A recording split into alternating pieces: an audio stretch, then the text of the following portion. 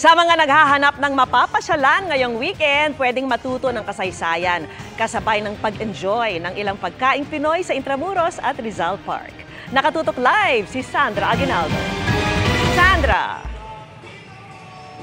Yes, Vicky, dito nga sa aking kinaroroonan sa Rizal Park, mabango at nakakagutom ang simoy ng hangin dahil panay pa rin po yung luto nila dito dahil may mga kababayan tayo na dumadaan dito para sa kanilang hapunan. Bago po ang food bazaar na ito na itinao ng pagbubukas sa selebrasyon ng Filipino Food Month.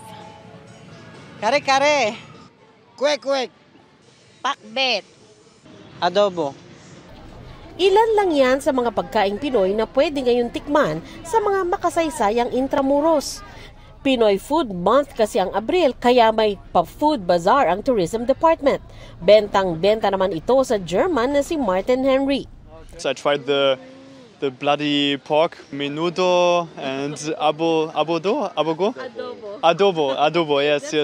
Okay, so what do you think of Filipino food? I like it.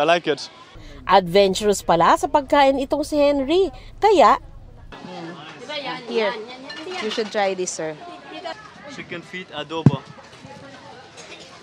how is it? Very tasty. Umaasa ang mga nagtitinda dito na makakahanap sila ng mga bagong tagahanga ng pagkaing Pinoy. At least pag uwi sa kanila, masasabi nila sa kanilang mga pamilya, sa kaibigan na ganito masarap ang mga Pinoy cuisine. Konting lakad lang at makakapasyal na sa Rizal Park na mahalagang saksi ng kasaysayan. Sa Noli Me Tangere Garden ito, hindi rin nagpahuli ang food bazaar ng grupong Kilometro Zero, samahan ng mga dating street vendor na madadagdagan pa ng mga pagkain mula sa iba't ibang rehiyon simula Lunes. Pag kasi ang pagkain Pilipino #1 eh. Sabi ko nga hindi magtitipid ang Pilipino kahit pa nga mahal, di ba, pagdating sa pagkain. At saka ang yaman natin sa kultura ng pagkain. Mula sa pagiging street vendor, nag-training daw sa TESDA ang mga may pwesto rito. Malinis sa mga paninda, nakasuot pa sila ng hairnet, speed guard, apron at iba pa. Kaya proud si Ruth na sa kabila ng kanyang pakikipagbuno sa sakit na cancer ay hands-on sa pagbabantay sa kanilang pwesto. Ay, lagi po ako nandito, kaya pag tinawag ako nandito, chine-check ko sila alas 5 ng umaga kung kumpleto sila. Ang lagi ko sa kanilang sinasabi, ang ikamamatay ko hindi yung cancer ko, kundi yung wala silang hairnet, ma'am.